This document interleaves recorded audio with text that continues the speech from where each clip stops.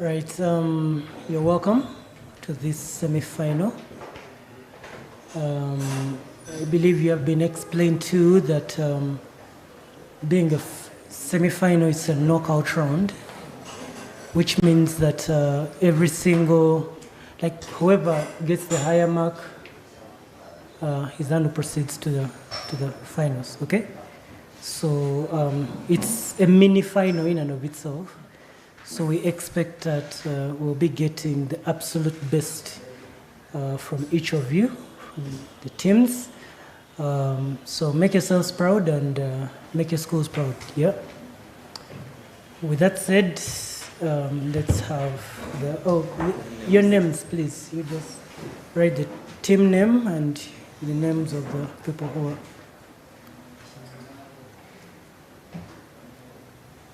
This should be all right. It doesn't matter. So you just write the team name and then the names of the participants in the order of their.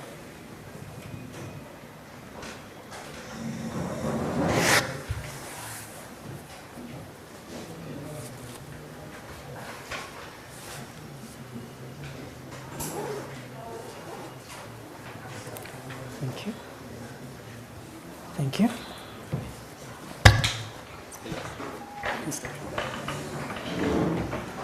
All right, so this is the respondent, this is the applicant.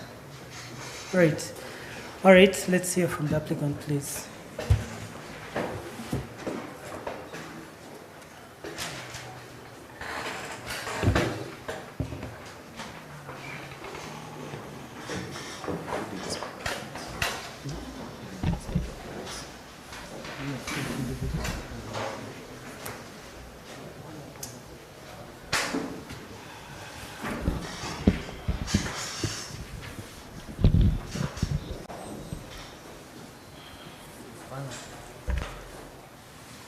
My lords, may it please the court.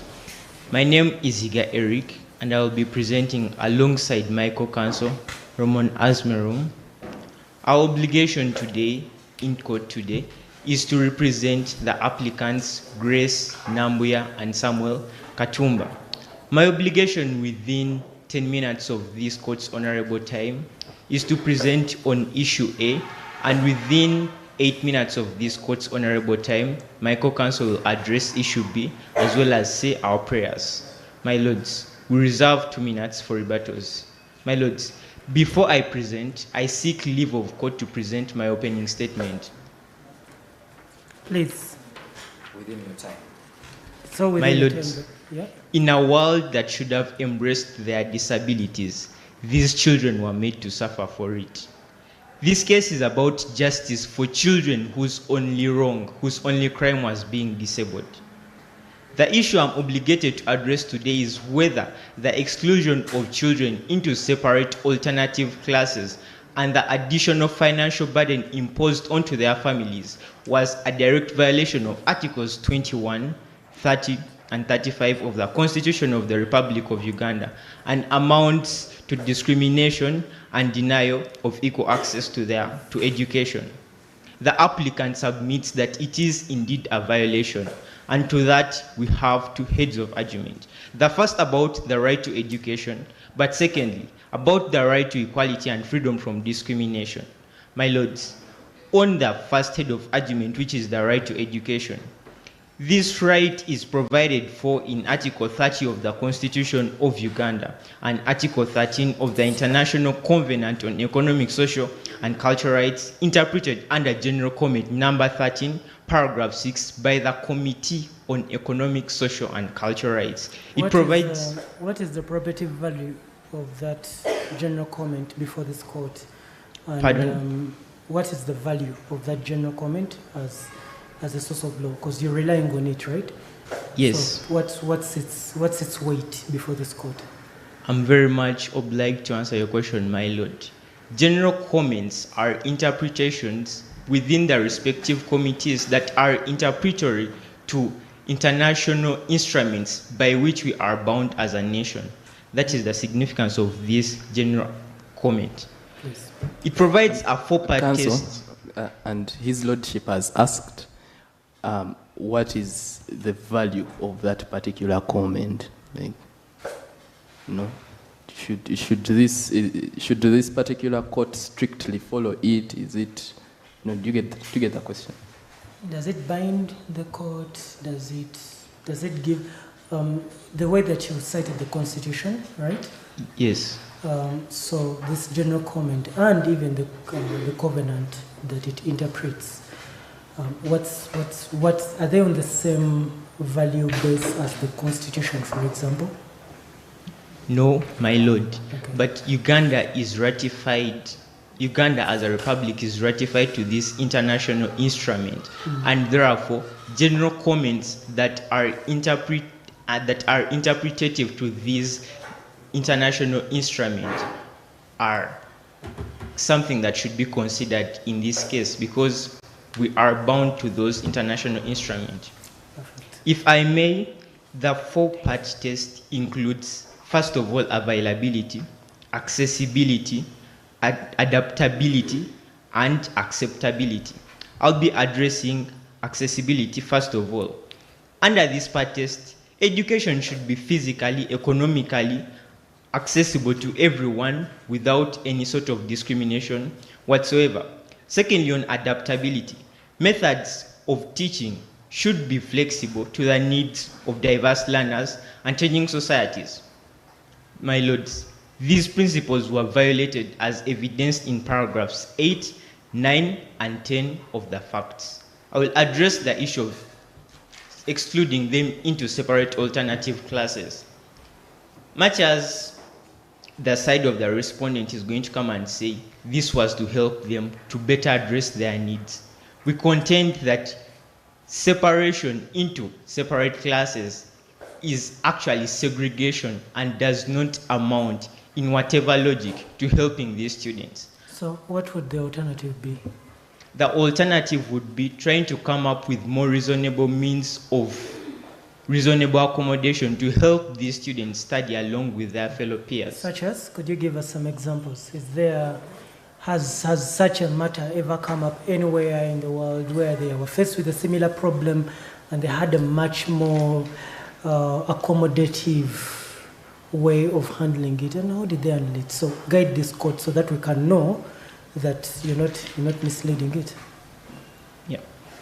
Your Lordship, if I may, I would like to contend that in as much as the respondent is going to come and tell us that this is a very poor school, 3 million is not a lot of money for the inclusion of these students. No, yeah, sure. I mean, we buy that. The question is, do you have any examples from anywhere around the world, anywhere where they have ever been faced with an issue of children with disabilities, and they had a good, much more inclusive way of addressing that issue, so that you can guide the court and it knows that, okay, this is what they should otherwise have done. I'm very much obliged, my lord. I would like at this juncture to present the case of Sehad and others versus Mulago Hospital. Okay. This is a case that shows the principles that drive progressive realize and reasonable accommodation, if I may. It says that it should be targeted and deliberate. Under this case, the steps provided were targeted and deliberate. They were expeditious and very effective. They were targeted to the obligation and actually solved this. We contend that the measures taken by the respondent in excluding these children into separate alternative classes do not meet any of the above principles. How do I mean? Belonging matters. In as much as you claim you're separating these children to protect them, separating them diminishes their self-confidence, diminishes their social skills, it diminishes their self-worth. My problem really is not with the separation per se. It's the fact that we are dealing with a very unique circumstance, right? You have these students who have disabilities. The school really would like to help them, okay? But within their means, there is no other way they can do it as of now without grossly impacting them. So this is what they come up with. We have an alternative. Look, we are going to get for you an alternative room okay, where we are going to give you a kind of education that is going to meet your needs where you are, okay? Don't you think that's the whole concept of, reasonable accommodation? You're trying within your means to do, and isn't that really also what progressive realization is about? Do something as you wait for more money to do an even bigger and better thing. Isn't that the whole point of progressive realization and even reasonable accommodation? Your Lordship, Counsel, as you prepare to respond to his question, think about it also from the perspective of you telling us whether discrimination in and of itself is a bad thing or not. I think it would help you in answering his question. Can there be positive discrimination? Can you discriminate well, or is discrimination always bad? Discrimination. Okay.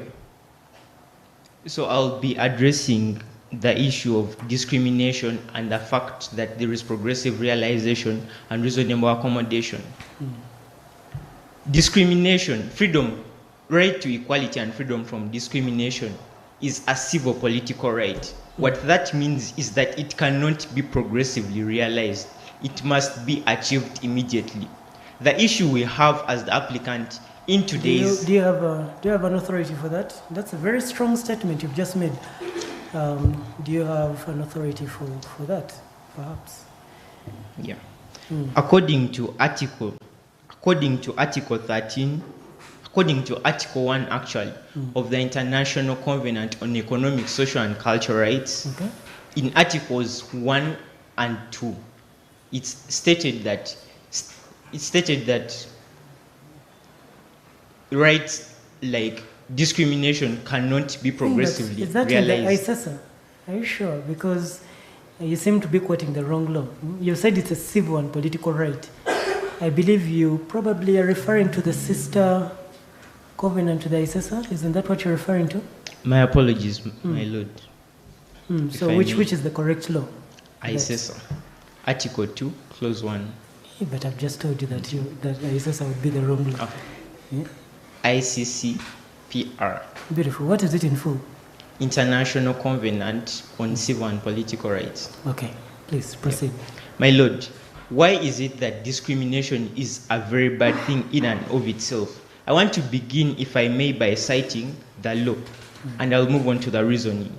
According to the Convention on Rights of Persons with Disabilities, as interpreted in General Comment Number 4, Paragraph 11, by the Committee on the Rights of Persons with Disabilities, the right to inclusive education is incompatible with sustaining two systems of education, that is, separating a mainstream system of education from another for children who are disabled. Why is this? Because of the sense of belonging that matters. Separating someone into an alternative class is going to diminish their confidence, social skills, and self-worth. My lords, if time is up, but I'll give you a minute. If I may. As you're very much obliged, my lord. Yes, as you're winding up,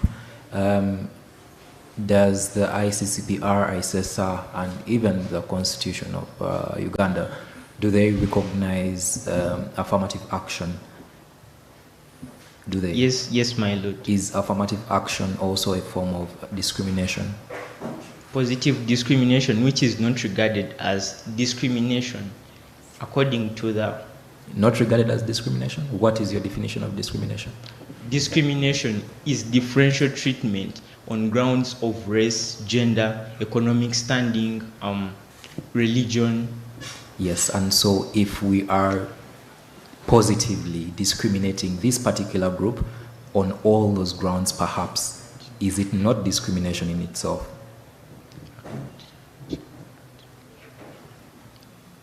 And and are you certain that discrimination must, at all instances, be confined to those? Because you're saying discrimination is where you base on these grounds.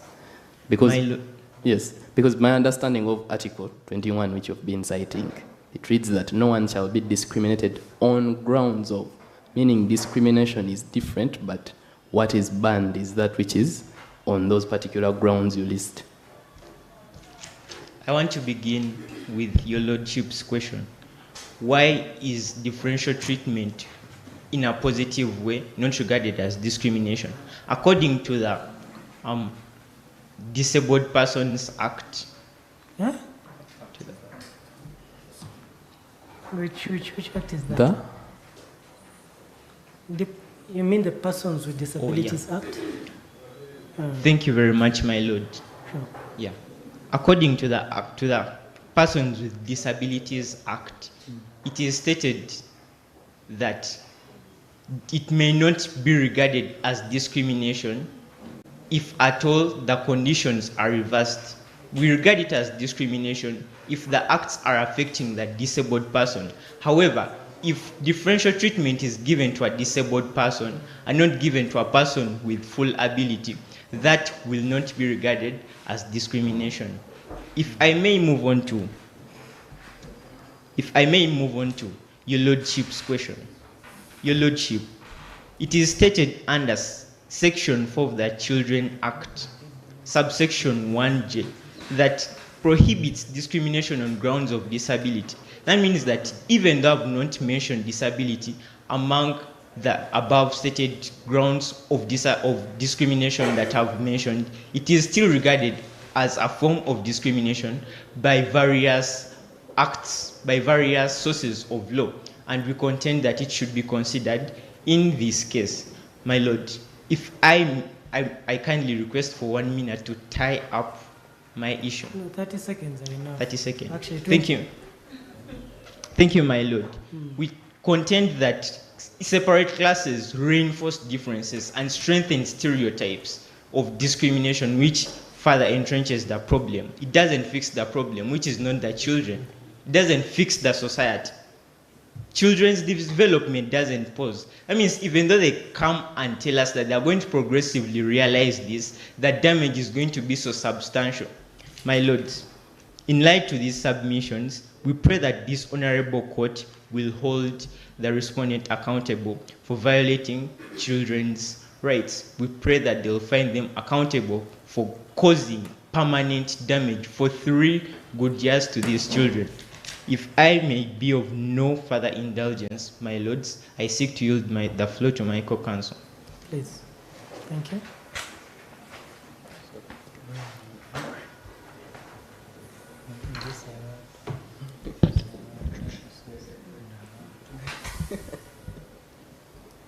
Much obliged, my lords. My name is Hermon Asmeram, second counsel for the applicant. I'll be using 9 minutes to submit our case and make final prayers. My lords, I'll be addressing issue B that states whether the compulsory collection of biometric and personal data without consent violates the right to privacy under Article 27 of the Constitution. My lord, as counsel for the applicant, we indeed contend that the compulsory collection of biometric and personal data without consent violates the right to privacy under 2 heads of argument. A, the right to privacy is protected, however, in this case, it has been violated, and B, under the principle of data collection. My lords, I proceed to my first head of argument. The right to privacy is protected by law under Article 27 of the Constitution of the Republic of Uganda, as well as Article 17 of the International Covenant on Civil and Political Rights. It's further interpreted by Committee on Civil and Political Rights under General Comment 16 that states to extend privacy includes personal data and information. My lord, we see this in a law case in the matter of an application for the enforcement of human rights by Kalali under Ms. Cause 88 of 2022. My lord, this is evidenced in paragraph 6A, where this was done without consent, but Counsel, B... Let me help you get to the point. Is the right to privacy an absolute right? My lord, yes it is. It is an absolute right? Yes, my lord. My lord, Expound. human rights are inherent. So, even if respondent comes here and says that they are doing it for the good of the public, we believe and submit that the right is inherent and it cannot be deprived from Counsel, them. yes, all rights are inherent to all humans, right? However, we have rights that are non-derogable i.e. absolute rights, and those that can be derogated from under specific circumstances. So I'll ask again, is the right to privacy a non-derogable right? Much obliged, my lord. In this scenario, it is not. Okay, so what are some of those instances under which the right to privacy may be derogated from or may be violated? Well, my lord, that could be in situations where the consent has not yet been legalized by a authority or by the law, but then too we can find this better in Article 17 of the International Covenant on Civil and Political Rights. Have you addressed your mind to Article 43 of the Constitution? Much obliged, yes, my lord. Yeah, address the question from that perspective. Much obliged, my lord. Article 43 of the Constitution talks about the limitations, which we concede that the right of privacy is indeed protected under 27, but in this situation from the applicant's case, it doesn't pass the permissible limitation test. My lord, for it to pass that test, it needs to pass the 4 principles: necessity, proportionality, legitimacy, and lawful. And in this situation, it doesn't, and we cannot base it off on one. My lord, I proceed to say that for 3 years, my lord, their rights have been violated, and we cannot accept this to continue. We see this in paragraph 1, where it was introduced in 2022, and it proceeds to 2025, and this needs to come to an end. Counsel, you make a very passionate argument, okay? But I would like for you to take it back a little to the Data Protection and Privacy Act, right? I believe you have addressed your mind to Section 8 of the Data Protection Act, have you? Yes, my lord. So Section 8 tells us, about collecting data for minors, right? Yes, my lord. And it gives 3 instances, okay? What I would like for you to satisfy this court on is whether, 1, those instances are cumulative, i.e. all of them must be fulfilled, or just 1 or 2 could be fulfilled, right? Because I anticipate that your main concern is that parental consent was not obtained for these children. Am I correct in that assessment? Yes, my lord. Sure. So if your main concern is that parental consent was not gotten, would you satisfy this court that even in the other instances, the other 2 instances, you still would have a case in case, the respondent says, I know we didn't need that because we're proceeding under some other argumentation. So what would your rebuttal to that be? Much obliged, my lord. My lord, that's where I was heading to argument to. But to be brief, the law or the Constitution cannot be read in bits. As a whole, however, that's how it should be read. And that takes me to my second argument of the principles of data collection. We believe that under consent, which should be cumulative, that is under Article 16 of the Covenant on the Rights of Children, it says that no child should be subjected to unlawful interference. Meaning that a child, since they're 16 years, that's what the Constitution says, that a child is a person below 16, and this is a school-going child. The Constitution? Yes, my lord. The age of consent under the Constitution is 16. Are you sure of that? Yes, that is Article 34, Clause 5. Yes, you read it. You read it. Do you have a copy of the Constitution? I can help you. Because, so if you have a copy of the Constitution, please read Article 34, Clause 5. For the purposes of Clause 4 of this article, children shall be persons under the age of 16 years. Yes, so, and what is in 4? Children are entitled to be protected from social or economic exploitations. Exactly. So the age of consent of 16 is only as far as contracting and getting a job. So a person above the age of 16 can get a job, in Uganda. But the actual age of consent is actually 18, according to the Constitution. 16 is only lowered so that they can actually get a job. But you cannot vote when you're 16, can you? No. Exactly. So Much obliged, that was just a correction. my Lord. Thank Proceed. you. We believe and submit that a school-going child, most instances, is below still 18 years, and therefore they require the parents' consent. Why this is very important is because these are the birth givers of the children. Under Section 7 of the Data Protection and Privacy Act, it says that no data should be collected without consent. We see this has been violated in paragraph 6A and paragraph B, where there is automated predictions which affects the future of these children just because of not asking a consent. I'm still having a problem because, yes, consent must be got. Still, you haven't answered why or instances under which consent may be dealt away with. So basically the exceptions to that general rule that you've just stated. My Lord, the exceptions is under Section 7, subsection 2, BA of the Data and Protection and Privacy Act that says this should be done by a public good, that is a public body. However, in this situation, we might be inclined to consider the 98% over the 2% of the disabled or even generally their privacy. But we think and believe that because human rights are inherent, we still should consider consent in this situation. My Lord, if I may proceed. Why should we consider consent in this situation when the school and the state are trying to come up with a system of smart learning that is supposed to help everyone in the long run? This is something that is in its pilot phase. So why do we need consent in this case, and yet the purpose for which this AI was introduced is for the greater good in the long run?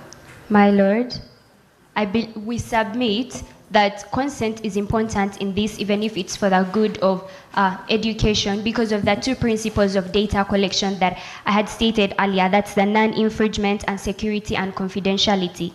Mere fact that the respondent doesn't give the consent to the parents is going to affect on the security and the non-infringement part of the right of the children. We believe that we cannot undermine human rights because we think that education is something that is better. My Lord, again, human right of privacy is something that we cannot bear to forego. But Council, have you addressed your mind to Section 8, subsections B and C, which are specifically on the collection of data of children or minors like your clients or the applicants? And those subsections do not actually have a requirement for consent. Have you considered that? Much obliged, my Lord. Yes, we have. However, again, I think the law can't be read in bits. But even if that was the case, we submit that consent doesn't harm. It's just a matter of signing and giving the responsibility for the parents to be aware, because they are part of the parties that need to take care of the children. And we believe in this situation that parents need to know what happens. Therefore, in Section 8... Maybe as a wrap up, because I think your time is fast spent, but you have an extra minute so that you could wrap up and give us your prayers. There's it's just something that I would like. This is not really a matter of law, but a matter of public policy. How would you suggest you strike a balance between public interest or the desire to fulfill a public interest, such as education, and private interests, such as the right to consent? Okay, you have to consent to collecting your data and that kind of thing. How would you strike a balance? What would you say? So, for example, if the parents are told and 90% of them say, nope, we are not consenting, does the government then halt a program that would otherwise have helped the young citizens, or it can override that consent? Like, how would you strike that balance? Could you just advise the court? Much obliged, my Lord. We submit that behind a yes or no answer, there is a reason. So if the parents refuse, we submit that this is because it's a compulsory collection of biometric. However, there is no bigger or greater between the public and private, but as long as it's violating human rights of these children, it should be done in the best interest of the children. Okay. So if so signing in that instance, if the state feels that, well, we need these children to learn AI, it's good for the nation, it's good for the future, it's going to help our economy, right? And the parents are insisting, no, we don't want that, don't want to give you consent.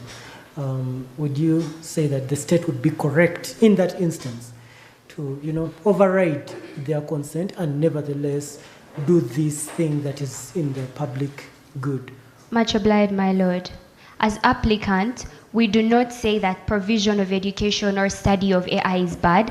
However, we have a problem with signing the contract. No, this consent. is not as applicants. It's just a public consent kind of thing. It's not related per se to the question. So there is no wrong or right answer. It's just, what do you think? What if you were the president, for example, tomorrow, and you have this brilliant program, it's going to help the children, but the parents are saying, no, we are not giving consent.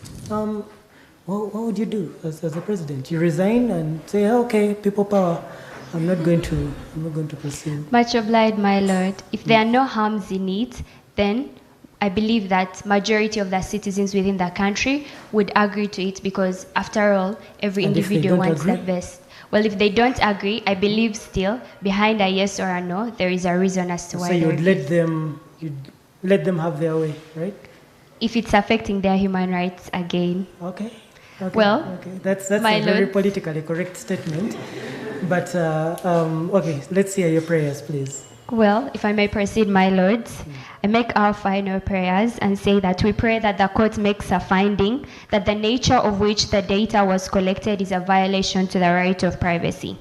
Therefore, the counsel of the applicant prays that this honorable court, under Section 9 of the Human Rights Enforcement Act, firstly, puts measures aimed at the cessation of the continuing violation of the human rights of privacy, education, and equality of children. Secondly, issues guidelines ensuring informed parental consent and protection for children. And lastly, restoring the dignity, the reputation, and the right of the victim and the persons closely connected with the victim. My lords, we so pray. Thank you very much, and we'll see you again in Alberta. Let's hear from the respondent, please.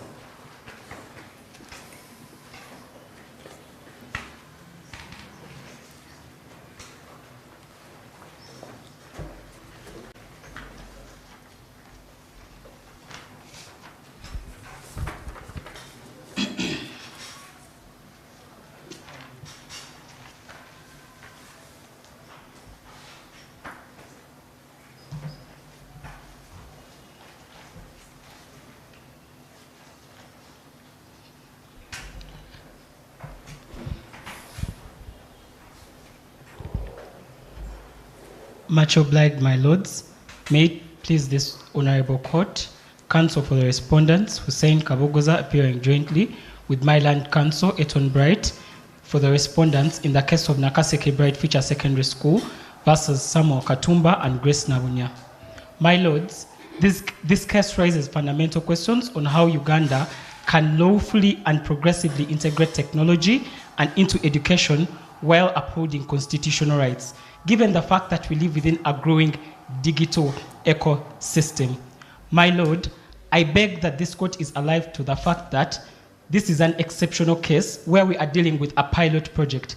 By nature of pilot projects, one, they serve as testing grounds for new policies or interventions. Secondly, they help identify challenges, gather data, and refine strategies before large-scale implementation. Then three, they are usually time-limited and geographically limited. However, my lords... Could you just kindly guide us to your authority for that assertion? Much obliged, my lord. My lord, in the next 11 minutes, I will address this honorable court. No, I'm saying the authority. Like, you just gave us what a pilot project is. And I'm here wondering, was he born with this knowledge? Must have been a very brilliant person. My lord, the nature of pilot projects is on intuition. It's on intuition? By their nature. So you were born intuitively with the knowledge of how a pilot project really works. His Lordship is asking you to give the source for your definition, Council. So what's your source?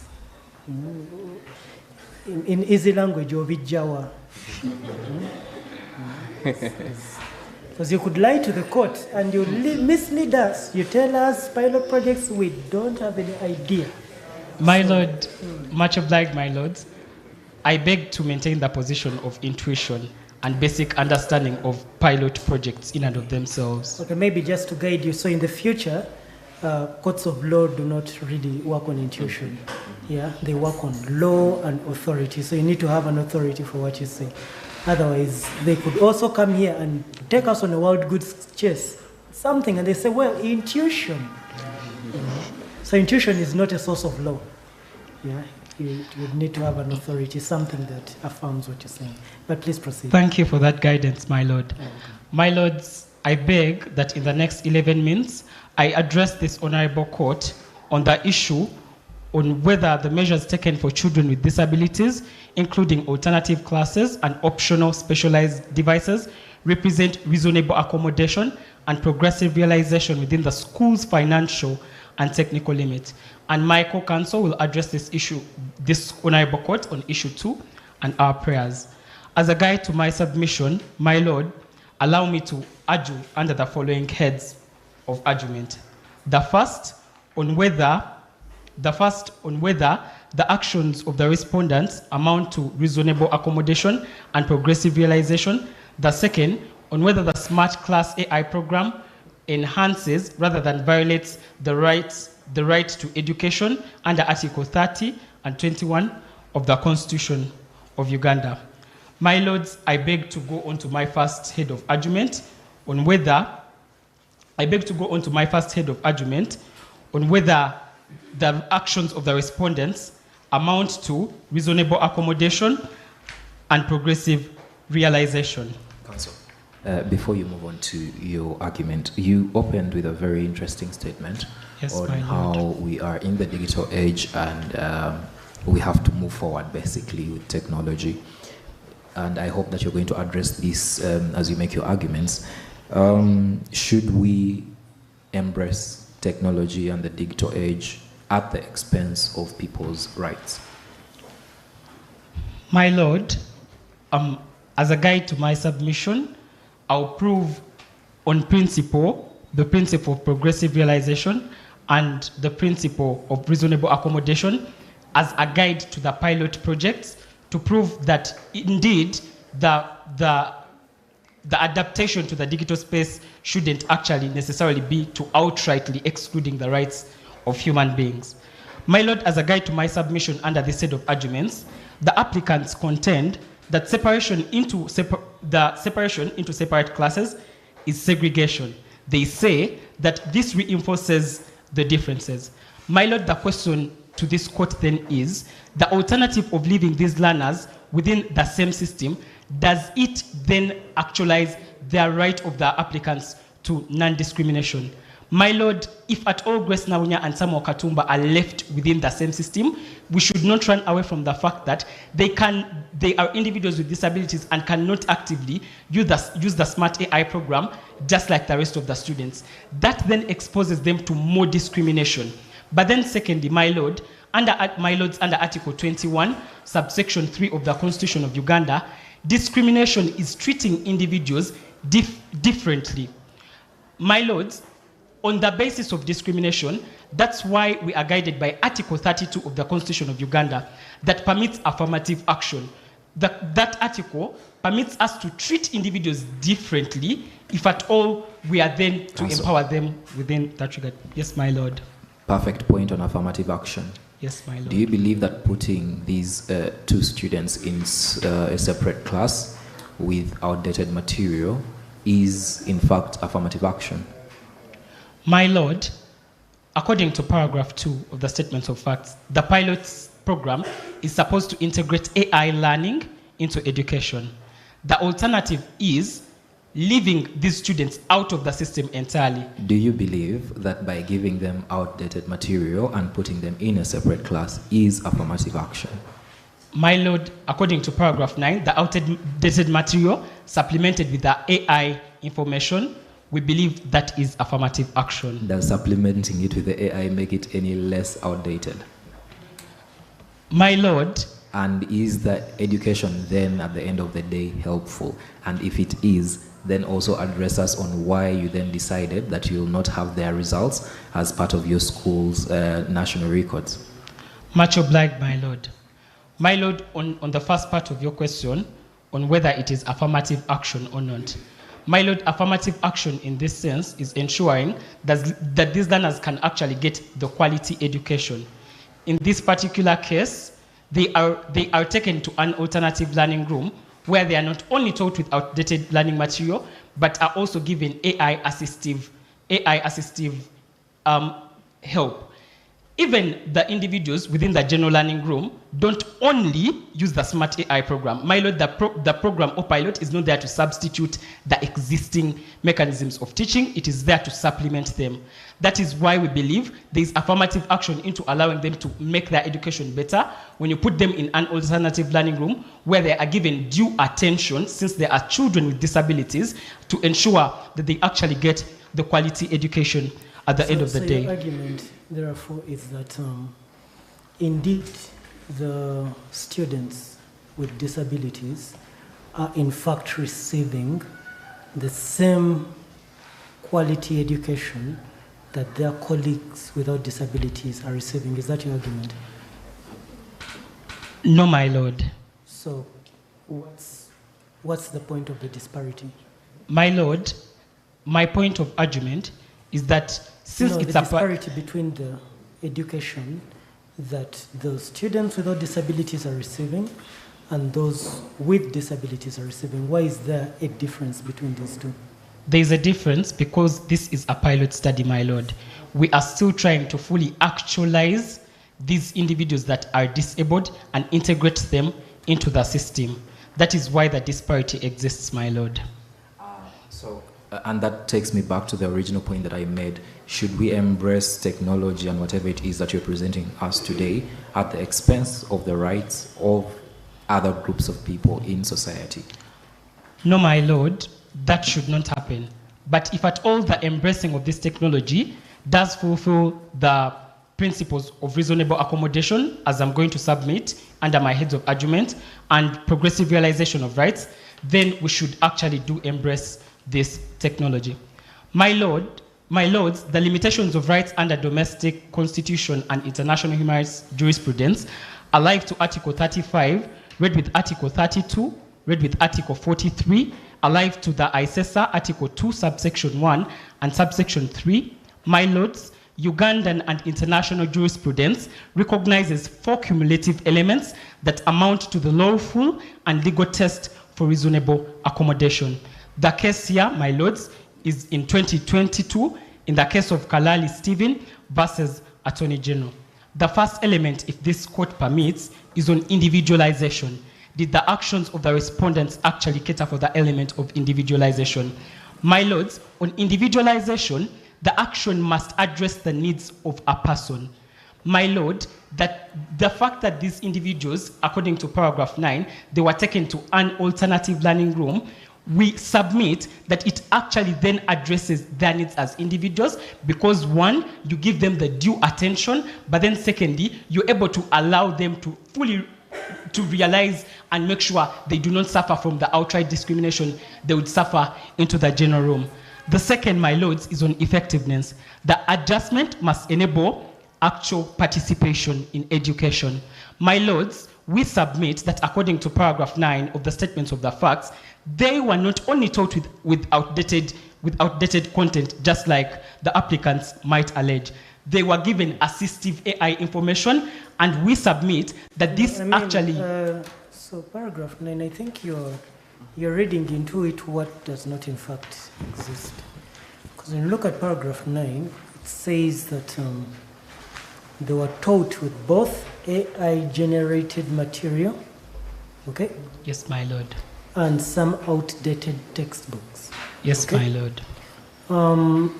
Could you perhaps educate or elucidate this court on the nature of this AI-generated material. What's the nature of that material? Seeing that my time is fast spent, Your time I is request fast this spent. Oh, yeah. honorable court. We'll give you 2 minutes because this is a very important.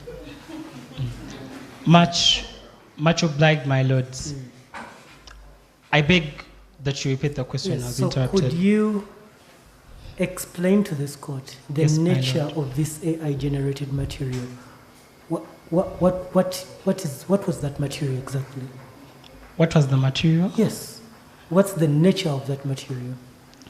The nature of this material is that it is updated, it is diverse, and it provides a bigger platform for these learners to get quality education. This court is finding it a little bit hard to follow that argument. Yes, my lord. Because there is overwhelming precedent already that illustrates that AI-generated material is often false, often an aspect of hallucination. It's also often inaccurate. We already have jurisprudence from the American Supreme Court, in New York Times versus OpenAI Technologies, for example, and a myriad of other such cases, which have basically told us that AI-generated material, for every time you generate something on AI, it even tells you, ChatGPT can make mistakes. Please cross-check. Please, So Yes, my lord. this AI-generated material that you're giving the children with disabilities, how confident are we that it is in fact accurate and on the same par as the material that their colleagues are learning using the smart technology? So I would like to be sure that you're not giving them katwa. Much obliged, my lord. Coupling that with the fact that the material being supplemented by the AI generated is also outdated. It's also outdated. What you're supplementing with is outdated information. So how exactly does this work? I would like you to convince this court. Much obliged, my lord. My lords, Grace Nabunya and Samuel Katumba were not thrown into the alternative learning rooms to teach themselves. There is guidance of teachers to ensure that they get the right information, just like the students in the general room are. That is why we cannot allege that they are getting the wrong information or outdated information. That's a little bit difficult again. They are taught with outdated textbooks and AI-generated material. So I'm having a little bit of hard time believing these teachers are well qualified, because tell me a well-qualified teacher that gets a student who is already disadvantaged by disability, takes them to an alternative room, and is quite confident teaching them with AI-generated material and some outdated textbooks. If your teacher walked into the class and they said, okay, so this is what I got from ChatGPT yesterday, and also have this Backhouse, which was the first edition from 1990, would you feel so confident about that class? Much obliged. And again, compounded by the fact that under paragraph 10 you threaten not to include their results in the national tally. Could it be that actually the repercussions of your Much obliged, my lord. Let me first answer the direction of argument that comes from your lordship. Please. My lord, we cannot allege, I beg not to hold the teachers of this nation in contempt. We cannot allege that teachers are actually going to deliberately allow their students to necessarily get wrong information. They are taught with the AI-generated material. But that doesn't, the statements of facts don't say that they are only taught with the AI-generated material. But also with some outdated textbooks. So Yes, the my frying lord. pan into the fire. Yes, my lord.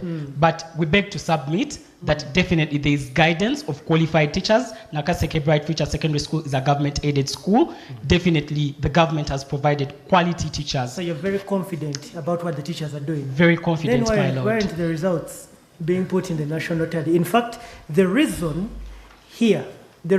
why, in addition, their performance reports will not be included to avoid distorting the improved national rankings.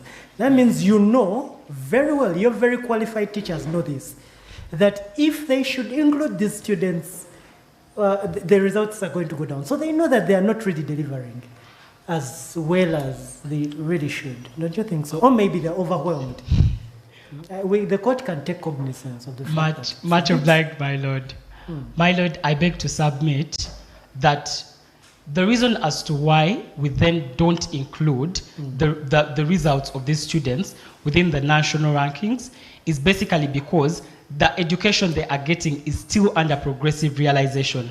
And the reason as why that is important is that, one, we want to give them hope that they can actually get quality education even if they are individuals with disability, but also secondly, because under the Article 20 in the African Charter, on the article that addresses the right to education, it states that the right to education is an individual. You guide me on the verbatim, but it states that the right to education is individual and a collective responsibility. The moment you portray these results in the national rankings, and they are potentially bad, because we can't assume they are always bad, you discourage the parents from contributing towards the quality of education of their children. Right. That is why, my lords. Yeah, your time is fast spent. Thank you for helping this court understand your point of view. So, do you have any other? My lord, I beg to conclude that the authorities prove that the state is not required to achieve educational utopia overnight, only to act reasonably, progressively, and inclusively. Smart class AI is that progress, lawful, proportionate, and future-facing. What the applicants call exclusion, the law calls reasonable accommodation under resource constraints. I beg to submit, my lords. Thank you very much. Say from your colleague.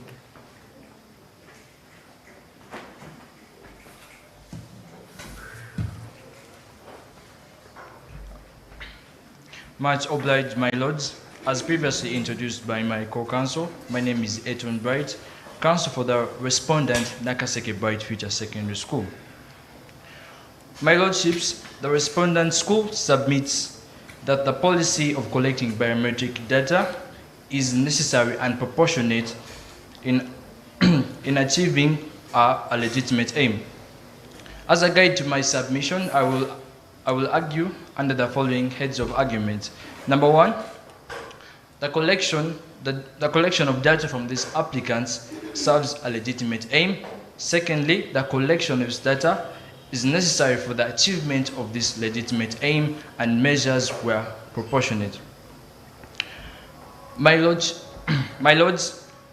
the applicants must accept that fundamental rights are not absolute. Article 43, read with Article 17 of the ICCPR, that allows limitations on rights in public interest. Council, what is the ICCPR info? The International Covenant on Civil and Cultural Rights, Political Rights, I mean. Sorry. My lords, we submit that the subsequent test is affirmed by the Supreme Court in Charles Onyango, Obova, and Andrew Muguni versus Attorney General. And what is the... Huh? Just pardon us on that case, the case name? Charles Onyango Obo and Andrew Muguni versus Attorney General. I believe you mean Andrew Mwenda versus Attorney General. Yes. Pardon, my lords? Is that the name of Mujuni? Oh. Okay. So, what is the persuasive value of that decision? The court held that limiting the enjoyment... Before you go to the holding, yes. What is the probative value of that particular decision that you have cited from the Supreme Court? That whether the limitation... No. What is the persuasive value of that particular decision you have cited?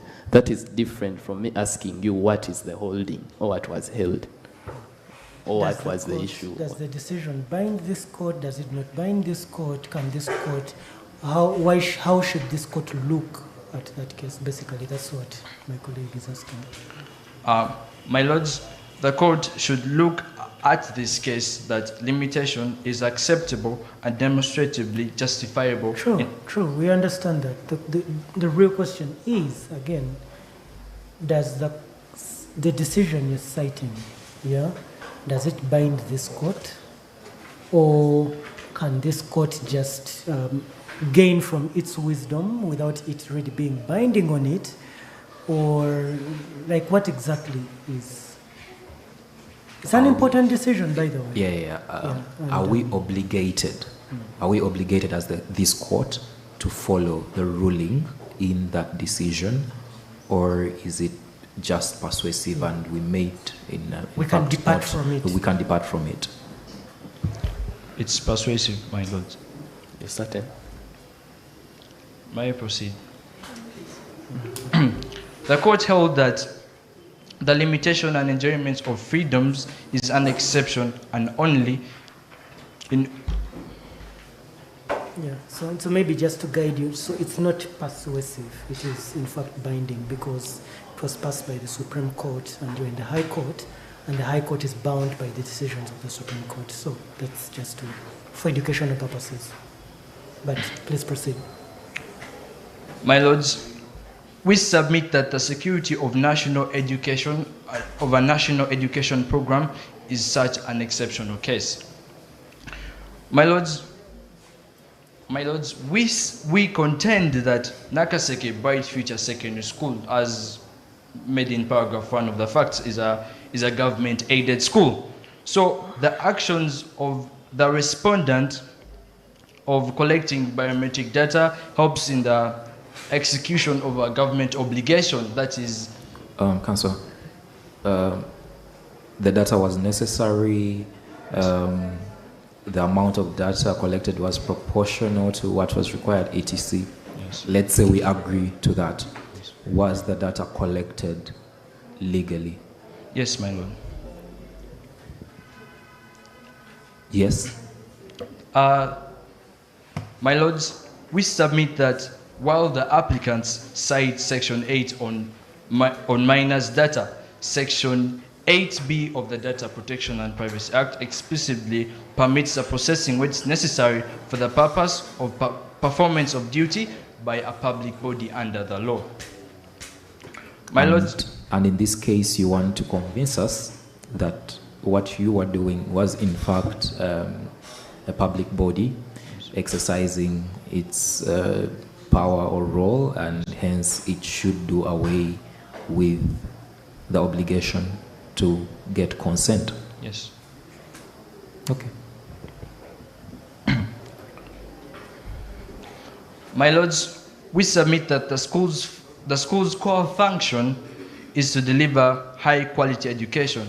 The biometric data is necessary to guarantee the integrity of this educational system. My lord, this pushes me to my second head of arguments. My lords, we aver that the respondents' actions of collecting biometric data such as the fingerprints, the voice recordings, and the facial recognition enables the school to achieve 3 paramount public objectives. Number 1 is promoting the integrity of education, and in this case we can say preventing malpractice. My lords, we contend that the primary aim of this smart class AI system is to prevent fraud and ensure that the student registered under this AI class system with the biometric system collected is the one sitting for this examination. Unlike other methods that could have been use of passwords or IDs, which are transferable. But my lords, we submit that... Counsel, would your AI system suffer any setback had you tried to get consent from the parents? It's possible, my lord. Basically, my question is, why was it so important that you skip the stage of getting the consent to go directly into implementation and collecting children's data without necessarily involving their parents, yet the law requires you to do so? My lord, My Lord, we aver that the consent wasn't got from the parents, because in this case, when a parent takes his child to a school, he trusts the school and he signs that he has given the school and is trusting the school with his child. So in this case, give an example. This is a statutory obligation, so you can't just rely on someone bringing their child to school as consent. There is a statutory requirement for you to get that consent before you collect the data. So my question still is, why did you decide to skip that stage? My Lord, we submit that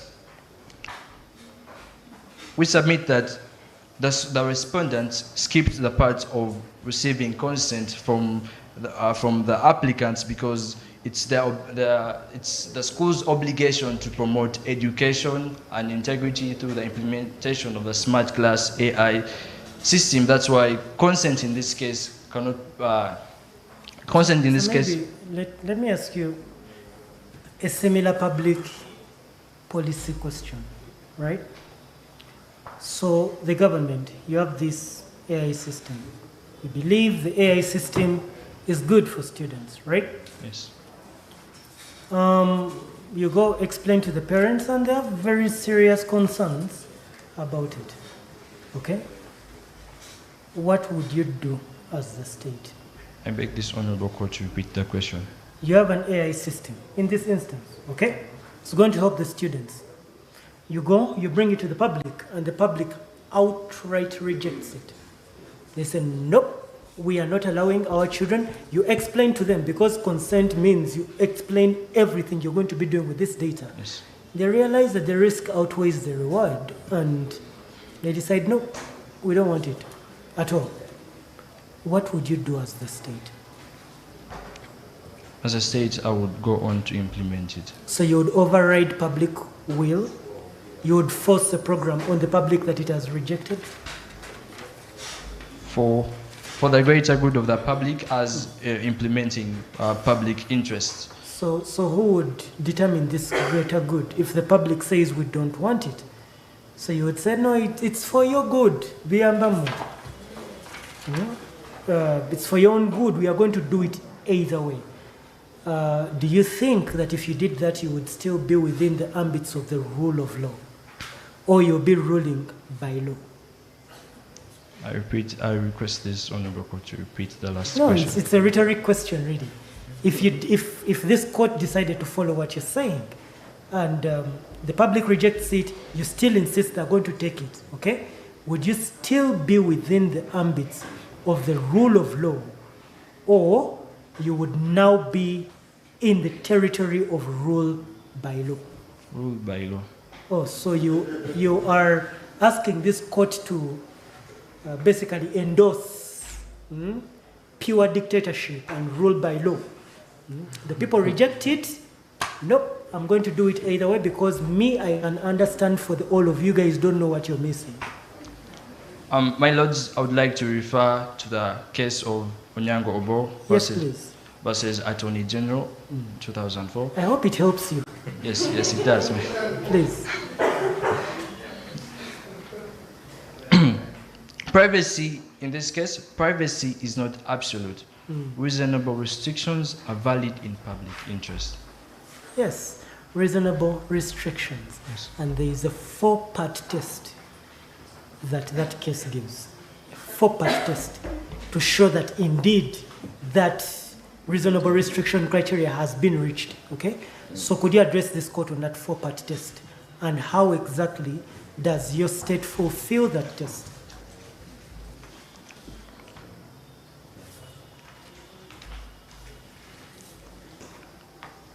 Because if you do that, then trust me, your case is solved. Once you can illustrate, according to Charles Onyangobo, these are the things that create, and then this is what the state did, we'll be good to go. So. My lord, in that case, we argue under necessity, proportionality, lawfulness, and legitimacy. Right, go one by one. Necessity. My lord, in this case, it falls under the law as stated in section No, necessity. necessity. Let's start with necessity. It's the first thing you said. Yes. Yes. His time is up, but let him first convince the court. We are very intrigued. You don't want you to run away. The rights of so many people are standing on this argument. So necessity. Necessity, my lords, we submit that it is necessary. My lord, I would like to request on what am I arguing under what. No, we have the four-part test. Yes. So all we need is for you to tell us, okay, on the test of necessity, this is what it means, this is what the state did to show that that was fulfilled. On proportionality, this is what it means, this is what the state did to show that it passed. Like that, just go one by one. So, necessity. Number one, necessity.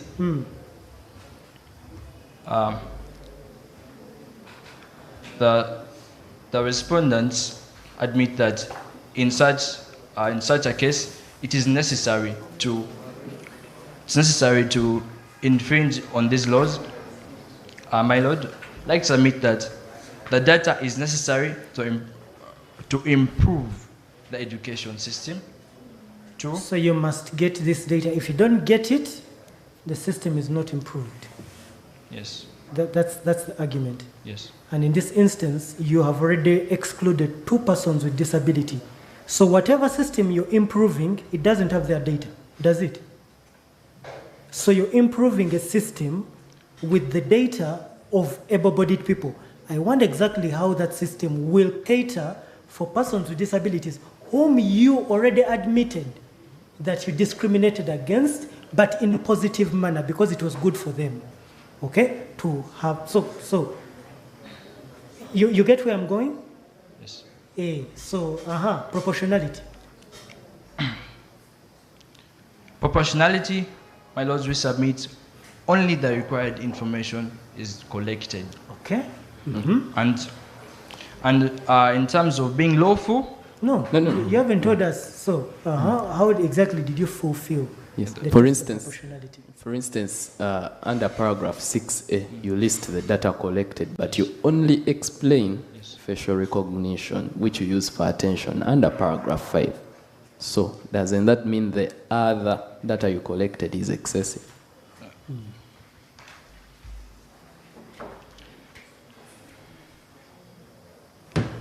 my lords, we submit that the data collected is only required, only the required data is needed. Only the collected data is needed. Okay. All right. So- Fine. Let's not disturb you so much on that one. Third criterion? Lawful. Yes. Lawful. Please. My lords, we submit that rights are not absolute.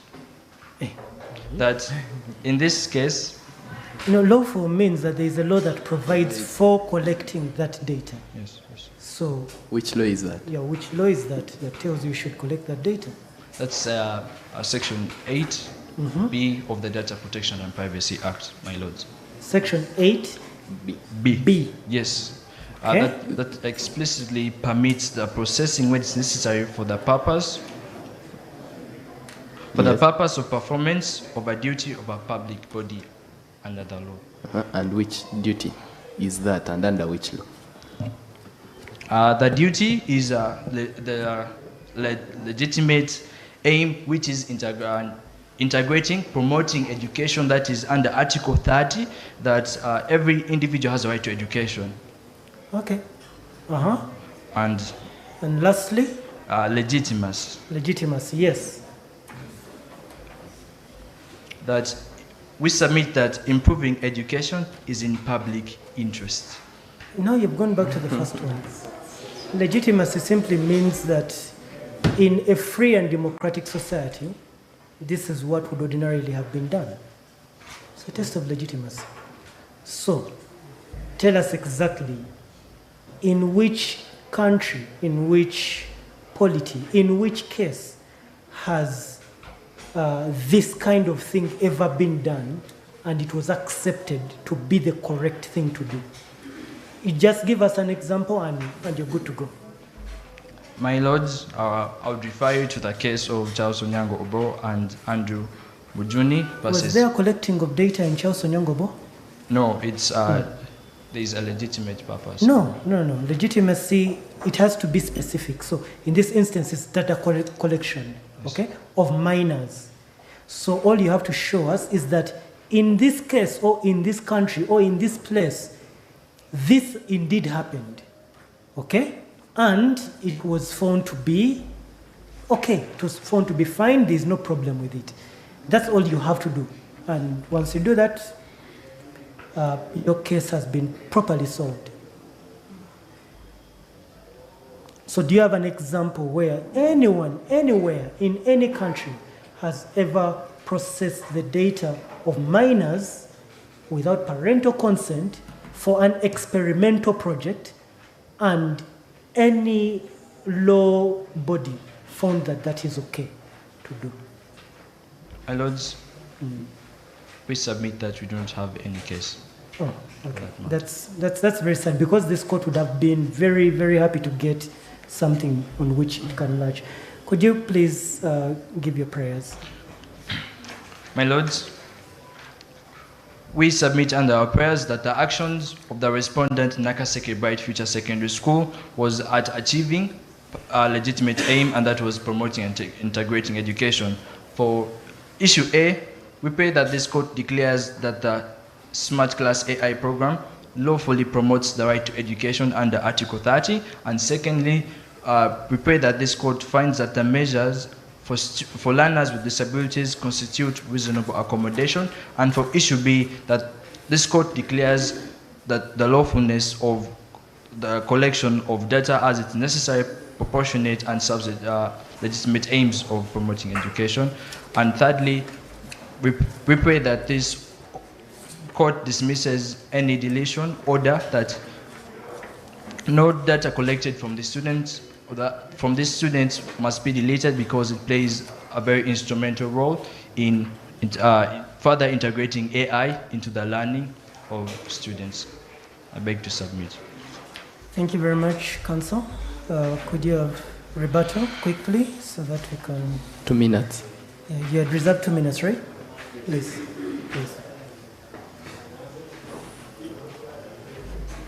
Your Lordship, we are not against the introduction of the Smart Class AI system.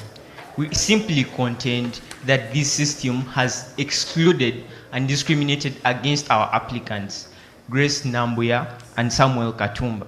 The measures of reasonable accommodation that they put in place are not enough to solve the pre-existing discrimination, and that goes on for 3 years, mind you. So why do we contend so? First of all, it is very clear from respondents' presentations that the content is not the same. The content these children that are able to get is not the same as the content that disabled get. That in and of itself is discrimination in the very first place. Secondly, because this content is not the same, there is reason to believe that these children are likely to perform even lower. And that's why they are not included in the national rankings, in the school statistics, to prevent ruining their good national track record. Secondly, we contend that this excludes them from class, which violates Article 4, which violates Article 4 of the persons with which violates subsection 4 of the Persons with Disabilities Act, Section 6, which states that an education system must provide an inclusive education for a learner that is disabled in a case that they actually admit them. What happens? What happens is that Grace Nambuya feels like a second-class citizen in her own school. She feels left behind. This magnifies the differences, because due to the separation, their peers end up seeing them and calling them and referring to them as a left-behind class for a time of 3 years. We contend that that's a very long time, and the effects that these children have suffered are substantial. And we request that court makes a finding that this was a violation of their rights. We prefer a more inclusive means of reasonable accommodation. We contend that these disabled students should learn alongside their peers. We so pray. Thank you very much. Because we are really time bad, we'll reserve our comments for the final.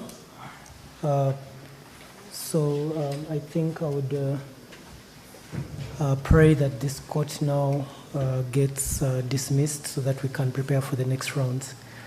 Otherwise, thank you all very much, and we wish you the best in the next round.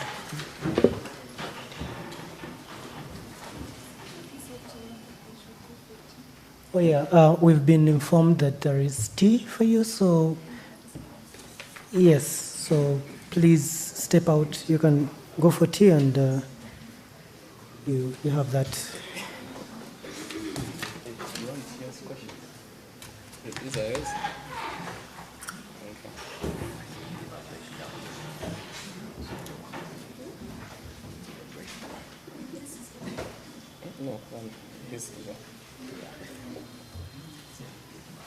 Right.